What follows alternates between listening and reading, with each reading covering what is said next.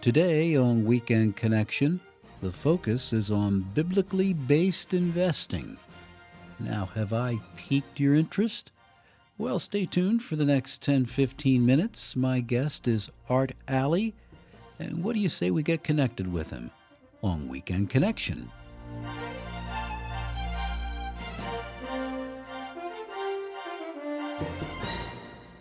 Good afternoon. This is Weekend Connection on the Bible Broadcasting Network. Ed Phillips with you today, and I have as my guest a gentleman. His name is Art Alley, Allly, and today we're going to be talking about a very interesting topic to me, and I hope it is to you.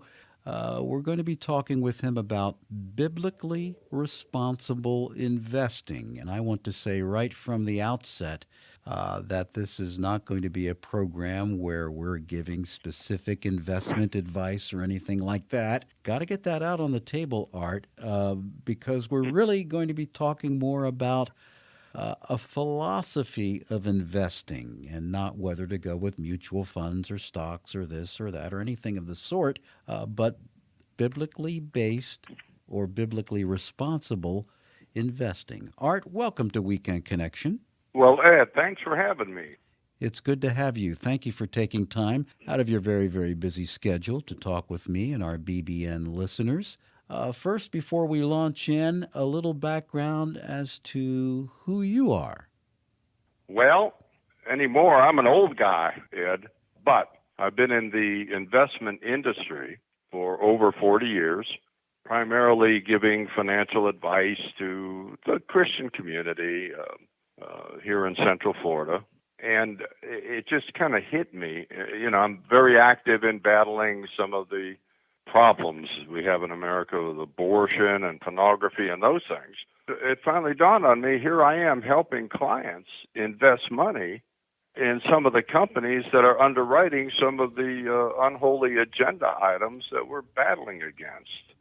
So 26 years ago, I drew a line in the sand with God's help and the 2x4 he uses on me. And we said, you know what? There needs to be an alternative for people of faith.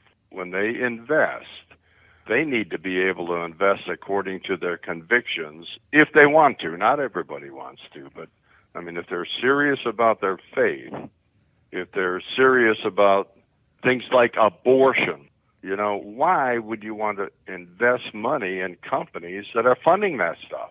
Or pornography, which is a scourge on our culture today. So we did launch a program that refuses to invest in companies that, for lack of a better term, Ed, are pursuing an unholy agenda.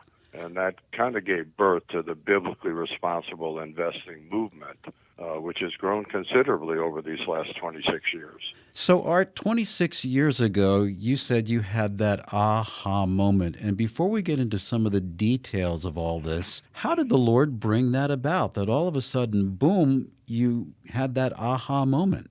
Well, I think it was a 2x4 ad that he uses because I really didn't want to do that. I had a very nice practice, making a very good living. And when it hit me that nobody was addressing these issues, and there were issues very dear to me, I went home and talked to my wife, which, I'm not sure. Are you married, Ed? And if you are, Yes. Yes. You better talk to the wife because God gives women a certain sense that us guys are just oblivious to. Yep. I've gone on my own several times over our 50-some years of marriage. So I went home and talked to her. Mm-hmm. And that really set us on a journey that is not going to dishonor the chairman of our board, who is Jesus Christ. And when we launched on this venture, my friends on Wall Street said, "You're nuts." And in fact, my wife still says that from time to time. But I said, "What do you mean I'm nuts?" They said, "You can't not invest in some of these largest, most profitable companies and expect to get good investment returns." Well, Ed, my response to them then is exactly what my response to anybody who asks me that question today. If you are a Bible-believing Christian, obedience trumps performance every single time. Obedience is what matters to God and performance, that takes care of itself if you're obedient. And so, how do you keep track, or how does your program keep track of all these companies and their practices in order, if a person wants to make these type of decisions? It takes a lot of deep research. We've got a team of 5 people who do nothing but research what these companies are involved in beneath the radar, because, people would be shocked at some of these companies and what they do. They dig, they document, and our purpose is not to blacklist anybody, but if we can document what these companies are doing in the various biblical screens that we apply, we refuse to allow our money management firms to invest in those companies. We don't sit there and broadcast it and, put it up on our website, although we do have some examples there. But they document companies that are violating biblical principles in what they're doing, who they're funding, what business they're in. A lot of the companies we screen out, Ed, have nothing to do with the business they're in. It's just for some devious purpose they're funding things that Christians should be really shocked and abhorrent to. You do not have to own companies that fail your moral convictions, your biblical understanding. People should have the ability to match their convictions with the way they invest money. And there are a number of investment opportunities out there that are exactly opposite of that.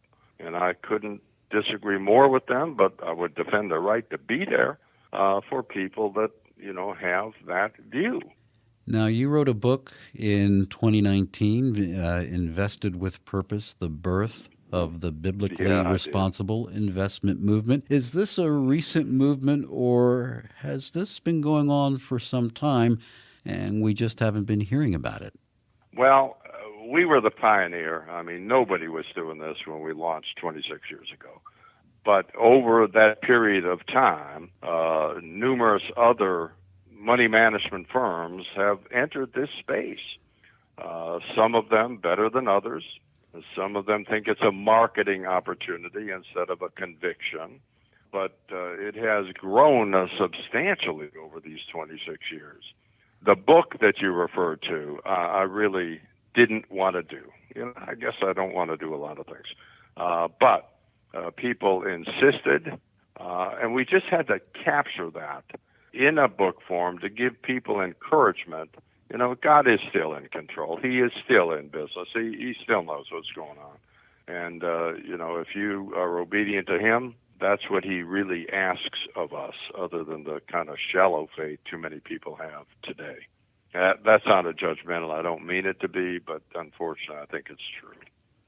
And so, for more information for our listeners, they can go to your website. And what is that? TimothyPlan.com. It's a website that's very easy to navigate. It had to be so I can use it. I'm not a young teenager anymore that's born with the genes that just know how to operate these electronic wizardry things. But it is a very nice website. It does capture the history of the biblically responsible movement. And it's just a real, pretty complete look at what's going on in the world of biblically responsible investing. Anything else you'd like to add before we close out today? Well, Ed, you didn't ask the one question most people ask me when I ask them how many companies you think screen out. There's about 8,000 domestic publicly traded companies, and the question is, how many do you screen out? Okay. How many do you screen out? Well, people guess anywhere from 50 to 80% of the companies, and that's just not true. We actually screen out just under 10%. Still have a universe of 90% to choose from. And, at times that does cause a little underperformance compared to the peers. But at other times, when they crash and burn, we look really good. It's not as many as people would think. And our goal would be have none on the prohibited list, but that's just not realistic. Are those companies on the increase that you screen out in recent days, or has it stayed pretty much the same percentage over the years? Ed, it's been fairly stable. It increases lately a little bit, but, it's not dramatically. But, bottom line, Ed, as you probably well know, it's always about the money. If Bible-believing Christians would simply quit shopping at companies that violate their convictions, quit investing in companies that violate their convictions, this would be a very different country, because something on the area of 70-80% of all the money invested in the investment arena is invested by people who claim to be Bible-believing Christians.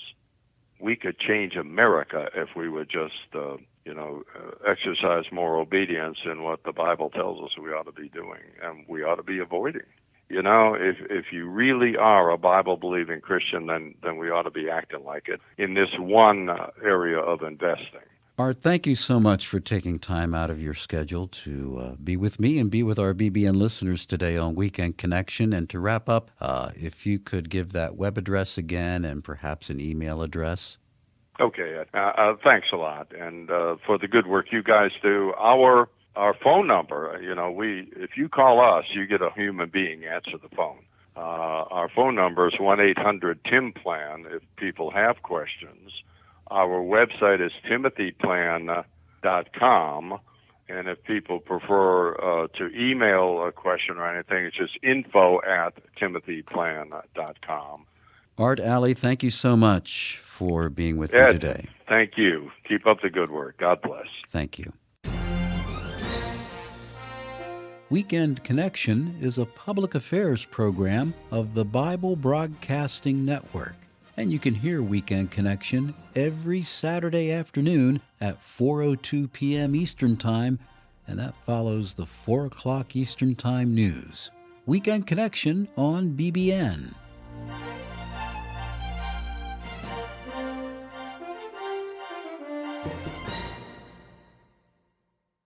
Thank you for listening to this feature, a production of BBN, the Bible Broadcasting Network.